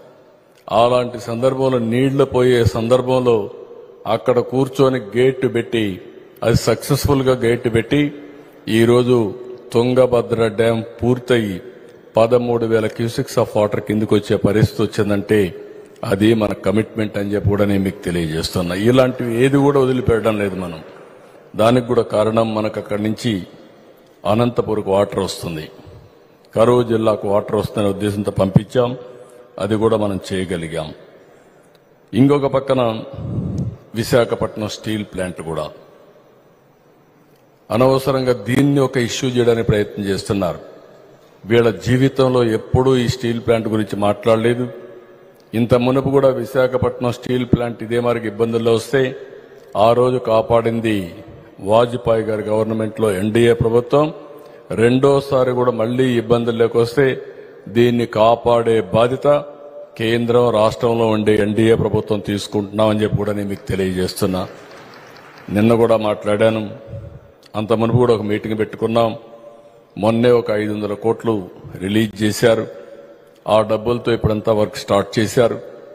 తొందరలోనే అవసరమైతే ఇంకొక మీటింగ్ పెట్టుకుని విశాఖపట్నం స్టీల్ ప్లాంట్ని రన్ చేయడానికి ప్రైవేట్కి అప్పచెప్పకుండా గవర్నమెంటే నిర్వహించడానికి ముందుకు పోతున్నారు. అదే సందర్భంలో ఇక్కడుండే హైయెస్ట్ మెజారిటీ వచ్చింది గాజువాక. ఇక్కడే ఉన్నాడు పల్లా శ్రీనివాసరావు. ఆయన చేయాల్సింది నష్టాలు వస్తే మాత్రం కంటిన్యూగా నష్టాలు వస్తే ఎవరు ఏం చేయలేరు. ఆ విషయం ఆయన గుర్తుపెట్టుకోవాలి. మన కార్మికులు కూడా మనం మోటివేట్ చేయాలి. అటు కేంద్రం దృఢ సంకల్పంతో ఉన్నారు, మనం కూడా ఉండి మళ్లీ ఈ ప్రాజెక్టుని కాపాడుకోవడం మనందరి బాధ్యత. ఇక్కడే ఎంపీ ఉన్నాడు, ఎమ్మెల్యే ఉన్నారు. విశాఖపట్నం ఎమ్మెల్యేస్ అంతా కూడా ఒకటి గుర్తుపెట్టుకోవాల్సిన అవసరం ఉంది. హైయెస్ట్ మెజారిటీ ఎక్కడన్నా వచ్చిందంటే విశాఖపట్నంలో ప్రజలు మనకిచ్చారు. అన్ని జిల్లాల కంటే కూడా అది కాపాడుకుందాం. దానికి అక్కడ ప్రజల మనోభావాలకు అనుగుణంగా మనం పనిచేద్దాం. ఈ ప్రాజెక్టు కూడా ముందుకు తీసుకుపోదాం. ఇంకొక పక్కన నీరు చెట్టు నరేగా డబ్బులు కూడా రిలీజ్ చేస్తున్నాం. ఇంకా కొంత ఇవన్నీ మీరు ఎక్కడికక్కడ ఏదైతే అకౌంట్స్ అన్ని ఫైనల్ చేసి తీసుకురావాల్సిన అవసరం ఉంది. మీరు ఎమ్మెల్యేలు శ్రద్ధ తీసుకుంటే లోకల్గా కానీ ఈ బిల్స్ ఇవ్వండి ఇక్కడ చెప్తే అవన్నీ ఇప్పించే బాధ్యత తీసుకుంటాం. ఇంకొక పక్కన మీరు చూస్తే రాజధాని రైతులకు కూడా కౌలు ఇచ్చాం. 400 కోట్ల రూపాయలు వాళ్ళ అకౌంట్లో వేసాం. వాళ్ళని పెట్టని ఇబ్బందులు లేవు. అయినా కూడా అది కూడా మనం పూర్తి చేసే పరిస్థితికి వచ్చాం. ఇంకో పక్క నిన్న మొన్న మీరు చూసుంటారు, ఏదైతే పోలీసును కూడా పూర్తిగా ప్రక్షాళన చేసుకుంటున్నాం, అకౌంటబిలిటీ తీస్తున్నాం. 5 సంవత్సరాలు పోలీసు వ్యవస్థ మొత్తం ఒక జవాబుదారీతనం లేకుండా ఇష్టానుసారంగా తప్పుడు కేసులు పెట్టడం, ఎవరినంటే వాళ్ళని వేధించడం, కొంతమంది అదే పనిగా కూర్చొని ఇలాంటి తప్పుడు పనులు చేసే పరిస్థితికి వచ్చారు. వాళ్ళందరినీ కూడా ఏ విధంగా ప్రక్షాళన చేయాలని చేస్తూనే ఒక జవాబుదారీతనం తేవడానికి మీరు చూస్తున్నారు. ఎక్కడో ముంబైలో ఉండే యాక్ట్రెస్ అరెస్ట్ చేసిన విధానం మీరు చూశారు. అందుకే అలాంటి వ్యక్తులపైన చాలా క్లియర్గా యాక్షన్ తీసుకుంటున్నాం. అవి కూడా ఉంటాయి. ఇంకొక పక్కన మత్స్యకారులకైతే మీరు ఒకసారి చూస్తే మనం హామీలు ఇచ్చాం. మత్స్యకారులకు 217 జీవో రద్దు చేశాం. చేనేత జీఎస్టీ ఎత్తివేస్తా ఉన్నాం. ఒకవేళ అది వీలు కాకపోతే రాష్ట్ర ప్రభుత్వమే చేనేత కార్మికులు ఉత్పత్తి చేసే బట్టలకి రీఎంబర్స్మెంట్ ఇస్తా అన్నాం. అది కూడా అమలు చేస్తున్నామని చెప్పి కూడా నేను మీకు తెలియజేస్తున్నా. దేవాలయాల్లో నాయి బ్రాహ్మణులకు 15,000 నుంచి మినిమం శాలరీ 25,000 ఇచ్చేట్టుగా నిర్ణయం చేశాం. బీసీలకు ఈరోజే చట్టసభల్లో 33% రిజర్వేషన్లకి కేబినెట్లో పాస్ చేశాం. అసెంబ్లీలో పాస్ చేసి ఢిల్లీ కూడా పంపిస్తాం. బీసీలకు చట్టసభల్లో 33% కోసం మనం చేయాల్సిన అన్ని ప్రయత్నాలు చేస్తాం. ఇది కాకుండా అర్చకుల వేతనాలు కూడా 10,000 నుంచి 15,000 రూపాయలు పెంచాం. గవర్నమెంట్ ఆఫ్ ఇండియా హౌసింగ్ చూస్తే 3 కోట్ల హౌసెస్ శాంక్షన్ చేశారు. అర్బన్ రూరల్లో ఒక్కొక్క ఇంటికి 4 లక్షల రూపాయలు పెట్టారు. మనం కూడా ఒక హామీ ఇచ్చాం. ఎక్కడైనా సరే ఇండ్లు లేకపోతే అందరికి ఇండ్లు కట్టిస్తామని. ఇప్పుడు కట్టిన ఇండ్లు పూర్తి చేసే బాధ్యత తీసుకుంటాం. భవిష్యత్తులో ఎవరికి ఇల్లు లేకపోయినా ఆ ఇండ్లు కట్టించే బాధ్యత తీసుకుందాం. ఆ అప్లికేషన్స్ అన్ని మీరు కలెక్ట్ చేసే ఎన్యూమరేషన్లో ఇది కూడా మనం పూర్తి చేస్తామని చెప్పి కూడా నేను మీకు తెలియజేస్తూ, గ్రామాల్లో ఇచ్చే ఇంటి జాగా 3 సెంట్లు ఇస్తాం. అర్బన్ ఏరియాలో 2 సెంట్లు ఇచ్చి ప్రతి ఒక్కరికి ఇంటి జాగా లేదనకుండా ఇల్లు కట్టించే బాధ్యత మన ప్రభుత్వం తీసుకుంటామని చెప్పి కూడా నేను మీకు తెలియజేస్తున్నా. ఇంకో పక్కన అన్ని పట్టాదారు పాస్ పుస్తకాలని రాజముద్రతో మళ్ళా ప్రింట్ చేసి వాళ్ళకి ఇస్తాం. నా ఫోటోనో లేకపోతే పవన్ కళ్యాణ్ గారి ఫోటోనో పురంధేశ్వరి గారు మోడీ గారి ఫోటోలు ఉండవు. మేము రాజముద్రకు గౌరవిస్తాం, ప్రభుత్వ యంత్రాంగానికి గౌరవిస్తాం తప్ప ఎక్కడ వ్యక్తిగత ఫోటోలు ఉండవు అని చెప్పి కూడా నేను మీకు తెలియజేస్తున్నా. ఇంకొక పక్కన అన్ని డిపార్ట్మెంట్ని ప్రక్షాళన చేస్తున్నాం. ఒక జవాబుదారీతనం తీసుకొస్తున్నాం. మన 2047 విజన్లో కూడా 15% గ్రోత్ రేట్ పెట్టుకున్నాం. ఇది చాలా మంది అసాధ్యం అంటున్నారు, కానీ అసాధ్యాన్ని సుసాధ్యం చేయాలనేది మా ఆలోచన. దాన్ని కూడా చేస్తాం. దీనికి కొత్తగా చాలా పాలసీలు తీసుకొస్తున్నాం. నూతనంగా ఎంఎస్ఎంఈ పాలసీ తీసుకొస్తాం. నూతన పారిశ్రామిక పాలసీ తీసుకొస్తాం. ఇన్ఫ్రాస్ట్రక్చర్ కూడా ఏదైతే ఇండస్ట్రియల్ ఇన్ఫ్రాస్ట్రక్చర్కి కొత్త పాలసీలు తీసుకొద్దాం. మీరు కూడా ఆలోచించండి. 50 ఎకరాలు 100 ఎకరాలు నేషనల్ హైవేలో కానీ లేకుంటే స్టేట్ హైవేస్లో ఉంటే రైతుల్నే భాగస్వాములుగా చేసి ఇండస్ట్రియల్ ఇన్ఫ్రాస్ట్రక్చర్ ఏర్పాటు చేద్దాం. ఆ రైతులే ఉంటారు. ఇప్పుడు రియల్ ఎస్టేట్ ఎట్టయితే చేస్తున్నారో మరి రైతులే ఓనర్స్గా ఉంటారు. వాళ్ళు ముందుకు వస్తారు. వస్తే దాన్ని డెవలప్ చేసే వ్యక్తులను తీసుకొచ్చి గవర్నమెంట్ ఎక్కువ ఇన్సెంటివ్స్ ఇచ్చి వాళ్ళకు లాభం వచ్చే విధంగా చేద్దాం. పీపుల్స్ ఎంపవర్మెంట్ చేద్దాం. ఇంకో పక్కన 2 ఏళ్లలో 1.5 ఇయర్లో భోగాపురం ఎయిర్పోర్ట్ పూర్తవుతుంది. ఇది కాకుండా ఇంకా కొన్ని ఎయిర్పోర్ట్లు మీరు చూస్తే దగదర్తి కానీ అదే మరి కుప్పం కానీ ఇలాంటి ఎయిర్పోర్ట్లను కూడా మన ఇంకా 3-4 ఎయిర్పోర్ట్లు, శ్రీకాకుళం కూడా అటు ఏదైతే మన భవనపాడు దగ్గర ఇంకొక ఎయిర్పోర్ట్ కానీ ఇవన్నీ ఏర్పాటు చేస్తున్నాం. రాబోయే రోజుల్లో ఎయిర్పోర్ట్లు కానీ పోర్ట్లు కానీ ఈ రాష్ట్రానికి చాలా ముఖ్యం. ఇన్ఫ్రాస్ట్రక్చర్ ఎంత అభివృద్ధి చేసుకుంటే మనం అనుకున్న లక్ష్యాలంత అవుతాయి. అవి కూడా పీపీపీ మోడల్లో పోతాం కాబట్టి పెద్ద భారం ఉండదు. ఇది కూడా మీరు గుర్తుపెట్టుకోవాల్సిందిగా నేను మిమ్మల్ని కోరుతున్నా. అన్ని ట్రస్ట్ బోర్డుల్లో ఒక బ్రాహ్మణ్ని, ఒక నాయి బ్రాహ్మణ్ని మెంబర్లుగా ఇస్తున్నాం. దీనికి కావాల్సిన మార్పులన్నీ తీసుకొస్తున్నాం. మొట్టమొదటిసారిగా మీరు చూస్తే ఇక్కడ ప్రభుత్వం కేంద్రంతో తెలంగాణ ప్రభుత్వంతో కూడా ఏవైతే విభజన హామీలు ఉన్నాయో అవన్నీ కూడా డిస్కస్ చేశాం. దానికి ఒక కమిటీ వేసుకున్నాం. దీన్ని కూడా లాజికల్గా తీసుకుపోవడానికి, ఎందుకంటే కొట్లాడుకుంటే వచ్చే లాభం లేదు.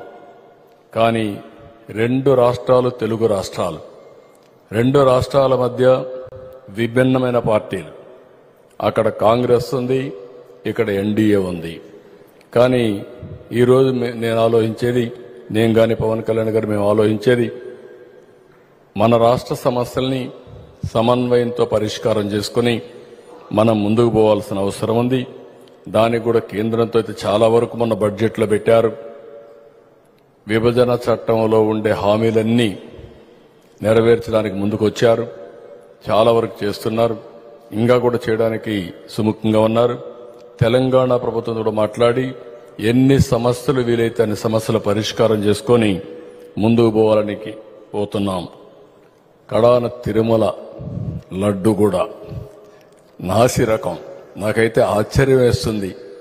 ఎన్ని కంప్లైంట్ చేసినా కడాన వెంకటేశ్వర స్వామి పవిత్రతను దెబ్బతీశారు. ఎన్నోసార్లు చెప్పాం.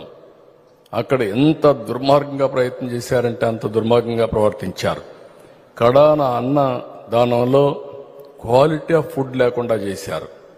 దేవుని దగ్గర పెట్టే ప్రసాదం అపవిత్రం చేసే విధంగా ఓసారి బాధేస్తుంది. నాసి రకమైన ఇంగ్రీడియంట్సే కాకుండా ఎనిమల్ ఫ్యాట్ కూడా వాడారని, ఏది గీకు బదులు. ఈరోజు స్వచ్ఛమైన గీ తెమన్నాం, ప్రక్షాళన చేయమన్నాం. నాణ్యత పెరిగింది, ఇంకా కూడా నాణ్యత పెంచుతాం. అల్టిమేట్గా వెంకటేశ్వర స్వామి మన రాష్ట్రంలో ఉండడం మనందరి అదృష్టం. ప్రపంచం అంతా మన దగ్గరికి వచ్చే పరిస్థితికి వచ్చారు. అలాంటప్పుడు వెంకటేశ్వర స్వామి పవిత్రతను కాపాడుకోవాల్సిన బాధ్యత మనందరిపైన ఉంది. ఇది కూడా చేస్తామని చెప్పి కూడా నేను మీకు తెలియజేస్తున్నా. ఇంకొక పక్కన రోడ్లు పెద్ద ఛాలెంజ్. నాకు నేషనల్ హైవేస్ అయితే ఈజీ అయిపోయింది. మొన్న వచ్చారు, లిస్ట్ ఇమ్మన్నా, లిస్ట్ ఇచ్చారు. ఎంత అవుతుందని అడిగాను. 58,000 కోట్లు 3 ఏళ్లలో ఖర్చు పెడతామన్నారు. మీకేం ప్రాబ్లమ్స్ ఉన్నాయో చెప్పంటే కొన్ని ప్రాబ్లమ్స్ ఇచ్చారు. నేను ఒకటే హామీ ఇచ్చాను. ఆ ప్రాబ్లమ్స్ అన్ని పరిష్కారం చేసే బాధ్యత నాది. 3 ఏళ్లలో 58,000 కోట్ల రూపాయలు ఖర్చు పెట్టి అన్ని రోడ్లు పూర్తి చేసే బాధ్యత తీసుకోమని కోరాను. వాళ్ళు సుముఖంగా ఉన్నారు. కానీ స్టేట్ హైవేస్ చాలా సమస్య. పంచాయతీ వరకు రోడ్లు వేసుకుంటాం, నేషనల్ హైవేస్ పర్ఫెక్ట్గా వస్తాయి. స్టేట్ హైవేస్ అయితే భయంకరమైన పరిస్థితులు ఉన్నాయి. దీనికి కూడా మీరు కూడా ఆలోచించండి. ముందు గుంతలు పూడ్చే కార్యక్రమానికి శ్రీకారం చుట్టాం. మీరు, నేను, పవన్ కళ్యాణ్ గారు, పురంధేశ్వర్ గారు అందరం శ్రమదానం చేద్దాం. ఫస్ట్ గుంతలు పూడ్చే కార్యక్రమానికి ఒక 500 కోట్ల రూపాయలు శాంక్షన్ చేశాం. అన్ని గుంతలు పూడ్చిన తర్వాత దీనికి శాశ్వత పరిష్కారం కూడా అవసరం. దానికి కూడా ఆలోచిస్తున్నాం ఎట్లా చేస్తే బాగుంటుందని. మీరు కూడా వినూత్నంగా ముందుకు రండి, ఏం చేయాలో చేద్దామని చెప్పి కూడా నేను మీకు తెలియజేస్తున్నా. నిన్ననే వరదలు మొట్టమొదటిసారిగా పవన్ కళ్యాణ్ గారిని అభినందిస్తున్న 6 కోట్ల రూపాయలు అనౌన్స్ చేశారు. శుభం. అక్కడి నుంచి డొనేషన్ల పరంపర చాలా బాగా వచ్చింది. మనం కష్టపడ్డాం, ఎమ్మెల్యేలు కష్టపడ్డారు, మంత్రులు కష్టపడ్డారు. కానీ 2-3 రోజులు ముందుకు వచ్చి పవన్ కళ్యాణ్ గారు కూడా ఫ్లో వస్తే నేనే అన్నాను, రావద్దండి మీరు, ఇంకా ఎక్కువైతే ఇబ్బంది వస్తున్నాం. కానీ దేశంలో ఉండే ప్రతి ఒక్కరూ స్పందించారు.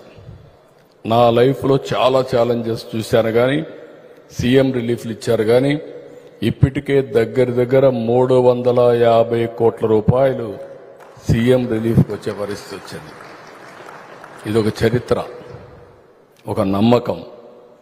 అందుకే ఇక్కడే మీరు కూడా పవన్ కళ్యాణ్ గారు, పురంధేశ్వరి గారు ఒప్పుకుంటే అందరం కూడా ఆల్ ఎమ్మెల్యేస్ చాలా మంది ఇచ్చారు. మీ నియోజకవర్గాలు కూడా కలెక్ట్ చేశారు. 1 month శాలరీ అందరం కూడా ఈ వరదలకు డొనేట్ చేద్దాం సీఎం రిలీఫ్ ఫండ్కి. ఇప్పటికీ ఒకరిద్దరు కాదు, చాలా మంది చేశారు. కానీ జరిగిన ఘోరం మాత్రం చాలా భయంకరం. ఆ విషయం కూడా మనం గుర్తుపెట్టుకోవాలి. ఎప్పుడు రానంత వర్షం వచ్చింది. దానికి కూడా కారణం మనమే. వాతావరణం సమతుల్యం కోల్పోయింది. ఎక్కడ చూసినా క్లౌడ్ బరస్టింగ్. ఒక్క కృష్ణా జిల్లాలో కోడూరులో 45 సెంటీమీటర్ల వర్షపాతం, జిల్లా మొత్తం 32 సెంటీమీటర్ల వర్షపాతం, హైదరాబాద్లో 20 సెంటీమీటర్ల వర్షపాతం పడితే హుస్సేన్ సాగర్ నిండిపోయి ఆ డ్యామ్ హుస్సేన్ సాగర్ బ్రీచ్ అవుతున్న భయంతో సర్ప్లస్ వేర్ని బ్రీచ్ చేశాం. అలాంటిది 45 సెంటీమీటర్లు ఇక్కడ పడింది. ఇంకో పక్కన తెలంగాణ ఏదైతే కృష్ణా రివర్కి కాంట్రిబ్యూట్ చేసేది విపరీతంగా పడి బుడమేరు. ఈ రెండు కూడా అన్ప్రెసిడెంటెడ్గా వచ్చాయి. 11,43,000 క్యూసెక్స్ ఆఫ్ వాటర్ వచ్చింది. బుడమేరులో 35 నుంచి 40,000 వచ్చాయి. వచ్చిన నీళ్లు నేరుగా బుడమేరు మొత్తం ఏం చేశారంటే ఎన్క్రోచ్మెంట్ చేసేశారు, కబ్జాలు చేశారు, ఇండ్లు కట్టేశారు, పట్టాలేసి అమ్ముకున్నారు. ఇంకొక పక్కన ఏదైతే బుడమేరు నుంచి డైవర్షన్ కృష్ణా రివర్కు ఉందో అది పనిచేయకుండా వదిలిపెట్టారు. బుడమేరుకు మనం ఇచ్చిన మోడర్నైజేషన్లో 57 కోట్ల రూపాయలు శాంక్షన్ చేస్తే అది క్యాన్సిల్ చేశారు. బ్రీచెస్ పడ్డాయి. ఆ నీళ్లు మొత్తం వచ్చేసే పరిస్థితి వచ్చింది. ఒక పక్క నేచర్ చేసినటువంటి దీనివల్ల, ఇంకొక పక్క మానవ తప్పిదం, ఈ రెండు కలిసి పెను శాపంగా మారింది. 1 రోజు 2 రోజులైతే పర్వాలేదు, 9 రోజులు 10 రోజులు నీళ్లలో ఉండిపోయే పరిస్థితికి వచ్చాం. చాలా భయంకరమైన పరిస్థితి. చూస్తే నాకు ఇప్పుడు కూడా కళ్ళలో నీళ్లు వస్తాయి. తల్లిదండ్రులు వచ్చి భోజనం అడగల, పాలు అడగల. 2 రోజుల నుంచి మా పిల్లలకు నీళ్లు అడిగితే ఇవ్వలేకపోతున్నాం, దండం పెట్టి అడుగుతాం, నీళ్లు పంపించామని అడిగారు. చూసినప్పుడు చాలా బాధేస్తుంది. సెంటిమెంట్ ఎంత ప్రగాఢంగా ఉంటుందంటే, నేను అక్కడికి పోతే తండ్రి చనిపోయాడు. తండ్రి డెడ్ బాడీని తీసుకొచ్చారు. ఒక ఆడబిడ్డ ఒక క్షోభలో ఉంది, కానీ తండ్రిని వదిలిపెట్టిపోలేదు. మీరు ఎట్టి పరిస్థితిలో నాకు మా తండ్రి శవాన్ని నన్ను పంపించండి, నేను అంత్యక్రియలు చేసుకుంటాను అడుక్కున్న పరిస్థితి. ఇంకొక పక్కన చూస్తే ఒక తండ్రి 1 సంవత్సరం బాయ్ తీసుకొని వచ్చేసాడు. తీసుకొని వచ్చి ఏడుస్తుండ అక్కడ నిలబడుకొని. నేను అడిగా, ఏంటా ఏడుస్తున్నాయంటే చెప్పు. సార్, ఈ బిడ్డ కోసం నా భార్యను వదిలేసి వచ్చాను, నా భార్య వాటర్లో ఉంది, కాపాడండి. భార్య మీద ప్రేమ ఉంది, కానీ బిడ్డను కాపాడుకోవాలనే ఆలోచన. కాపాడుకోలేకపోతే అందరూ చనిపోతారనే భయం. Can you imagine this scenes? అందుకే 10 రోజులు అందరం ఉన్నాం, యజ్ఞమారిగా చేశాం. నార్మల్సీ వచ్చే వరకు అక్కడి నుంచి రాకూడదు అనుకున్నాం. ఈరోజు నార్మల్సీ వచ్చిన తర్వాత వచ్చాం. ఈరోజు మీ అందరి సహకారంతో పవన్ కళ్యాణ్ గారు మేము ఆలోచించింది one of the best package ఇవ్వాలనుకున్నాం. నీళ్లు వచ్చి వస్తువులు కోల్పోతే 25,000 రూపాయలు, ప్రతి ఒక్క ఇంటికి 25,000 రూపాయలు చరిత్రలో ఎప్పుడు ఇచ్చి ఉండరు. ఇది ఒక రికార్డ్. ఇది 25,000 రూపాయలు ఇచ్చాం. పైనుండే వాళ్ళకు చిన్న పెద్ద లేకుండా 10,000 రూపాయలు ఇచ్చాం. 25 కేజీల బియ్యం, 1 కేజీ దాల్ కానీ, 1 కేజీ ఆయిల్, 1 లీటర్ ఆయిల్ కానీ, 1 కేజీ కందిపప్పు కానీ, 2 కేజీలు ఆనియన్, 2 కేజీలు టమోటా ఇచ్చాం. అందరికీ ఇచ్చాం.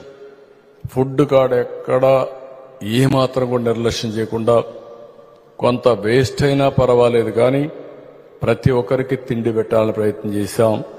డ్రోన్స్ కూడా ఉపయోగించాం, హెలికాప్టర్స్ ఉపయోగించాం, ఆర్మీని ఉపయోగించాం, మొత్తం సర్వశక్తులు వడ్డాం. కానీ నార్మల్స్ తేగలిగాం. అక్కడ మొత్తం ఆ వరదల్లో ఏదైతే బుడమేరు బ్రీచెస్ ఉంటే ఓరాహోరిని మన వాళ్ళు పోరాడారు. లోకేష్ గాని రామానాయుడు అక్కడే ఉండి దాన్ని రాత్రింబగుళ్ళు కష్టపడ్డారు. కడానైతే రామానాయుడు అయితే భోజనం కూడా లేకుండా అక్కడే పడుకున్నాడు. ఒక చరిత్రలో ఏంటంటే పైన బ్రీచ్ ఉంది, నీళ్లు వస్తున్నాయి, ఈ నీళ్లు కిందికి పోవడం లేదు, కిందన ఎక్కడికక్కడ బ్లాక్స్ అయిపోయినాయి. పైన నీళ్లు నిలపాలి, కిందన ఈ బ్రీచెస్ అని తీసేసి కిందికి పంపించాలి. శత విధాల ప్రయత్నం చేశాం, ఫైనల్గా చేయగలిగాం. దానివల్ల ఆ నీళ్లు పంపించగలిగాం.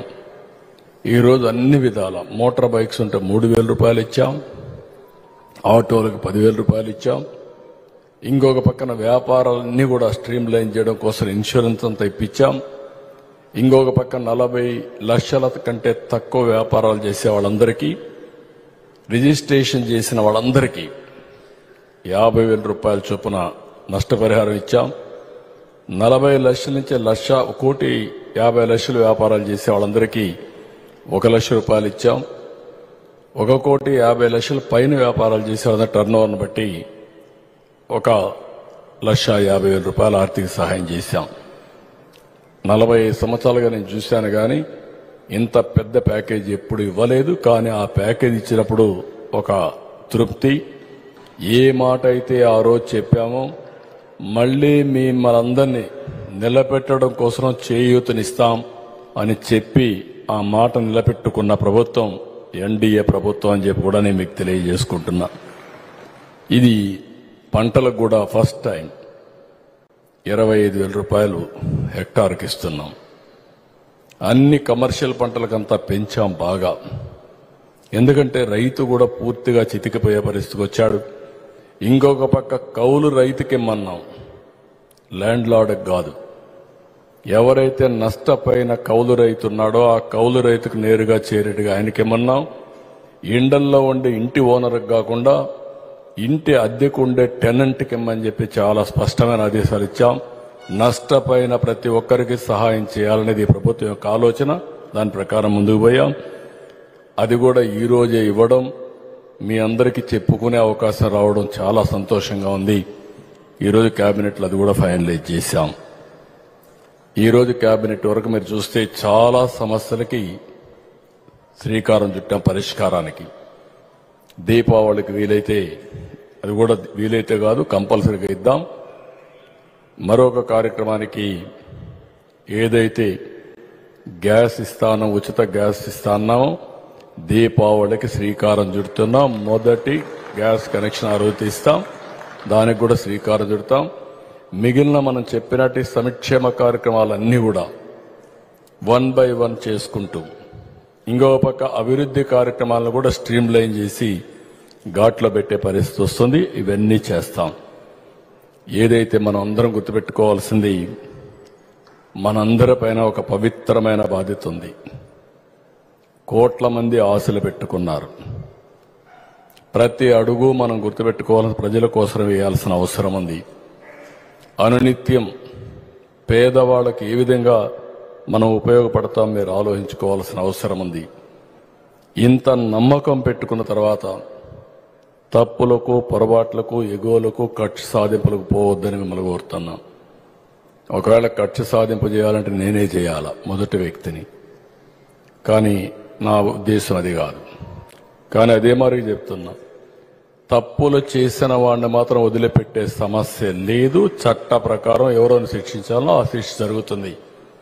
కానీ చట్టాన్ని మన చేతలోకి తీసుకోవాలన్న ఆలోచన మనకొద్దు. ఈ విషయం కూడా నేను మిమ్మల్ని అందరినీ కోరుతున్నా.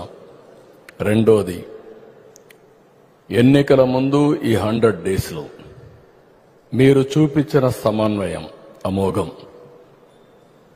ఈ సమన్వయం ఇంకా మెరుగుపరుచుకొని మనం ముందుకు పోవాల్సిన అవసరం ఉంది. ఇక్కడ డిఫరెంట్ పొలిటికల్ పార్టీస్ ఎమ్మెల్యేలు ఉన్నాం.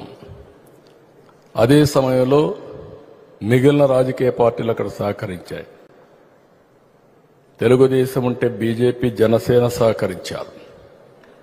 జనసేన ఉంటే బీజేపీ, తెలుగుదేశం సహకరించారు. బీజేపీ ఉంటే జనసేన, తెలుగుదేశం సహకరించారు. అందరినీ సమన్వయం చేసుకునే బాధ్యత గౌరవ శాసనసభ్యులపైన, పార్లమెంట్ సభ్యులపైన మీ పైన ఉంది. ఇది కూడా చేసుకుంటే మీకు ఎలాంటి ఇబ్బంది ఉండకుండా అందరూ కలిసి వచ్చే పరిస్థితి వస్తుంది. ఇది కూడా మీరు ఎక్కడికక్కడ ఇది చేసుకోవాలి. మేము ఏ విధంగా అయితే రాష్ట్రంలో ఆలోచిస్తున్నామో అదేవిధంగా మీరు కూడా నియోజకవర్గాలు ఆలోచించి దీన్ని ముందు తీసుకుపోవాల్సిన అవసరం ఉందని చెప్పి కూడా నేను మీకు తెలియజేస్తున్నా. ఇంకో పక్కన అవతల స్థాయి అనునిత్యం విష ప్రచారం, విషం కక్కే పరిస్థితిలో ఉన్నారు. దీన్ని నమ్మతారా అంటే ప్రజలు నమ్మరు. కానీ ఏ మాత్రం కూడా మనం అశ్రద్ధ చేసి వాళ్ళు ఏం చెప్పినా పర్వాలేదు, మేమేం మాట్లాడమంటే మాత్రం కరెక్ట్ కాదు. మనం చేసే పనులు చెప్పుతూనే, చేసిన పనులు చెప్పుకుంటూనే, చేయబోయే రోజుల్లో కూడా ఏం చేస్తాం అన్ని చెప్తూనే వాళ్ళకు కూడా సరైన సమాధానం, ఏదో వ్యక్తిగత విమర్శలకు పోవడం కాదు. కానీ వాళ్ళు చేసే దాంట్లో వాస్తవం లేదనేది ప్రజలకు అనునిత్యం మీరు చేయాల్సిన పని ఉంది. అది కూడా చేస్తారని చెప్పి నేను మిమ్మల్ని కోరుకుంటున్నా. ఎందుకంటే ఈ మధ్య కూడా నేను చూస్తున్నాను వాళ్ళ ప్రచారం. 5 సంవత్సరాలుగా ఇప్పుడు 6వ సంవత్సరం బాబాయిని చంపినప్పుడు రక్తపోటని చెప్పి ఆ తర్వాత సాయంత్రానికి పోస్ట్ మార్టంలో బయట వస్తానే నారాసుర రక్త చరిత్ర అని చెప్పి పేపర్లో రాసి ప్రచారం చేసుకునే పరిస్థితికి వచ్చారు. అంటే ఒక అబద్ధాన్ని క్రూరాతి క్రూరంగా చంపిన విషయాన్ని కూడా మభ్యపెట్టి ప్రజల్ని మోసం చేయాలి, లేకుంటే ప్రజల్ని మభ్యపెట్టాలని పెట్టారు. రాజకీయ లబ్ధి కూడా పొందారు. దానికి కారణం మనం చెప్పలేకపోయాం. ఈ విషయాన్ని ఒక ఎగ్జాంపుల్గా తీసుకొని ఎప్పటికప్పుడు ఇలాంటి వాళ్ళ వల్ల నష్టాలేంటో మనం చెప్పుకుంటూ పోవాల్సిన అవసరం ఉంది. కాబట్టి ఇవన్నీ కూడా మీరు గుర్తుపెట్టుకొని రేపు రాబోయే రోజుల్లో నామినేషన్స్ కూడా ఉంటాయి. మీ కాన్స్టిట్యున్సీలో నామినేషన్స్ ఉంటాయి, రాష్ట్రంలో నామినేషన్స్ ఉంటాయి. ఇవన్నీ కూడా ఏ విధంగా అందరినీ బ్యాలెన్స్ చేయాలో బ్యాలెన్స్ చేసుకుంటూ మనం ముందుకు పోవాల్సిన అవసరం ఉంది. 100 రోజుల్లో 1000 అడుగులు ముందుకేసాం. ఇంకా వేగం పెంచుతాం, సెట్ అవుతాను, ఇంకా వేగం పెంచుతాం. కానీ అనునిత్యం మనం ఏం చేయబోతున్నామో ప్రజలను కూడా ఎంగేజ్ చేయాల్సిన అవసరం ఉంది. ఈరోజే మీరు చూస్తే ఎల్జీ పాలిమర్స్ ఎక్స్గ్రేషియా దగ్గర 6,000 కుటుంబాలకు 20,000 మంది మెంబర్స్ ఉంటారు. 60 కోట్ల రూపాయలు నిన్నే సెటిల్ చేశారు. Visakhapatnam west MLA Ganababu, parliament member ఇద్దరు ఆధ్వర్యంలో ఈ సమస్య కూడా పరిష్కారం అయింది. ఎక్కడ ఏ సమస్య వచ్చినా మనం ఎప్పటికప్పుడు పరిష్కారం చేస్తున్నాం. వీలైనంత వరకు మన శక్తికి మేర అన్ని సమస్యల పరిష్కారం కోసం మనం ప్రయత్నం చేస్తున్నాం. నేను మిమ్మల్ని అందరినీ సిన్సియర్గా కోరుతున్నా. రాబోయే 20వ తారీఖు నుంచి 6 రోజులు అటు కేంద్రం చేసిన పనులు, ఇటు రాష్ట్రం చేసిన పనులు రెండు వల్ల ప్రజా జీవితంలో ఎలాంటి లాభం వచ్చింది, ప్రజలకు ఎలాంటి మేలు జరుగుతుంది అనే విషయాలు మీరు చెప్తూనే భవిష్యత్తులో మనం చేయబోయే కార్యక్రమాలు కూడా అటు కేంద్రం ఇటు రాష్ట్రం రెండు ఏ విధంగా చేస్తున్నామో మీరు చెప్పాల్సిన అవసరం ఉంది. అదే సమయంలో ఈరోజు 93% స్ట్రైక్ రేటుతో మనల్ని గెలిపించారు. ప్రజలు గెలిపించారు కాబట్టి ఢిల్లీలో మన రాష్ట్ర గౌరవం పెరిగింది. ఢిల్లీలో మన రాష్ట్ర గౌరవం పెరిగింది కాబట్టి తిరిగి ప్రజలకు పనులు అవుతున్నాయి. ఆ విషయం కూడా మీరు చెప్పాలి. ఈరోజు గుజరాత్ ఉంది, కంటిన్యూటీ ఉంది. అక్కడ 30 ఏళ్ల నుంచి ఒకే ప్రభుత్వం ఉంది. 30 ఏళ్ల నుంచి వాళ్లే ఉన్నారు కాబట్టి గుజరాత్ బ్రహ్మాండంగా స్మూత్గా డెవలప్ అయ్యే పరిస్థితికి వచ్చింది. మనం కూడా ప్రజలకు చెప్పాల్సింది 175 గెలుస్తామనో 40 ఏళ్లు ఉంటామనేది కాదు.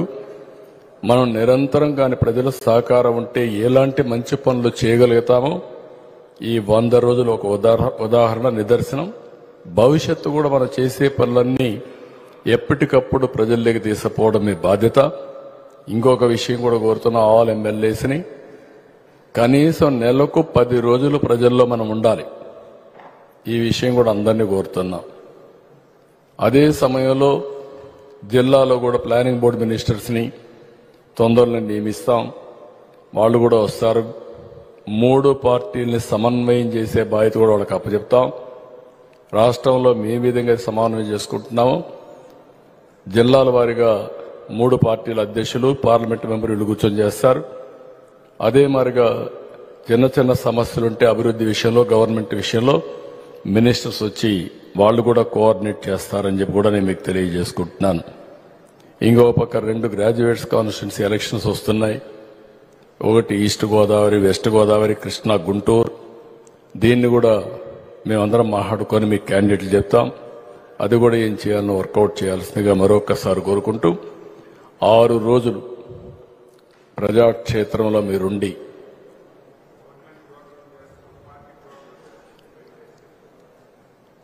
గవర్నమెంట్ ప్రోగ్రాం చేద్దాం. పార్టీని పూర్తిగా సమన్వయం చేసుకుందాం. అప్పుడు ఇంకా ఎఫెక్టివ్గా వెళ్తుంది. అయితే ఎప్పుడు కూడా గవర్నమెంటే చేస్తుందనుకుంటే పార్టీ పార్టిసిపేట్ చేయరు. గవర్నమెంట్ చేసే పనులు వాళ్ళు చేస్తే పార్టీలు ముగ్గురు కలిసి మీరు ఎక్కడికక్కడ ప్రజల్లోకి వెళ్ళాలి, ఇంటింటికి వెళ్ళాలి, ఎడ్యుకేట్ చేయాలి. మనం చేసిన పనుల్ని ప్రజా చైతన్యంతో ముందు తీసుకుపోతే చాలా వరకు మనకు ఉపయోగపడుతుంది. అందుకే నేను మిమ్మల్ని అందరినీ కోరుతున్నా. ఒక్కోసారి ఎప్పుడు కూడా 100 డేస్లో ఒక నిర్దిష్టమైనటువంటి టార్గెట్ పెట్టుకొని ఎప్పుడు చేయాల. మొట్టమొదటిసారిగా కేంద్రం, రాష్ట్రం 2 కూడా ఒక నిర్దిష్టమైన టార్గెట్ పెట్టుకొని టైం బౌండ్ ప్రోగ్రాం ప్రకారం పనిచేస్తున్నాం. దీనివల్ల చాలా ఫలితాలు వస్తాయి. దయచేసి ఈ విషయం పదే లాస్ట్ మైల్లో చేరాల్సిన అవసరం ఉంది. మీరు సోషల్ మీడియా ఉపయోగిస్తారా, ప్రింట్ మీడియా ఉపయోగిస్తారా, ఎలక్ట్రానిక్ మీడియాలో చెప్తారా? ఈ 3 కాకుండా అన్నింటికంటే పవర్ఫుల్ మ్యాన్ టు మ్యాన్, పర్సనల్గా కమ్యూనికేషన్. అది రాజకీయ పార్టీల వల్లనే సాధ్యం. ఆ నెట్వర్క్ ముగ్గురికి ఉంది కాబట్టి ఈ నెట్వర్క్లో లాస్ట్ మైల్ వరకు మీరు చెప్పాల్సిన అవసరం ఉంది. అన్ని వర్గాలకు కూడా మనం అనుకున్న పనులన్నీ చేస్తున్నాం. ఇంకా ఎప్పటికప్పుడు ఏమేం చేయాలనో వర్కౌట్ చేద్దాం. దయచేసి ఈ అవకాశాన్ని ఉపయోగించుకుని ప్రతి ఒక్క ఇంటికి మన మెసేజ్ని చేరవేయాల్సిందిగా మిమ్మల్ని అందరినీ కోరుకుంటూ మరొకసారి అందరికీ నమస్కారాలు తెలియజేసుకుంటూ సెలవు తీసుకుంటున్నా. జై హింద్, జై ఇండియా.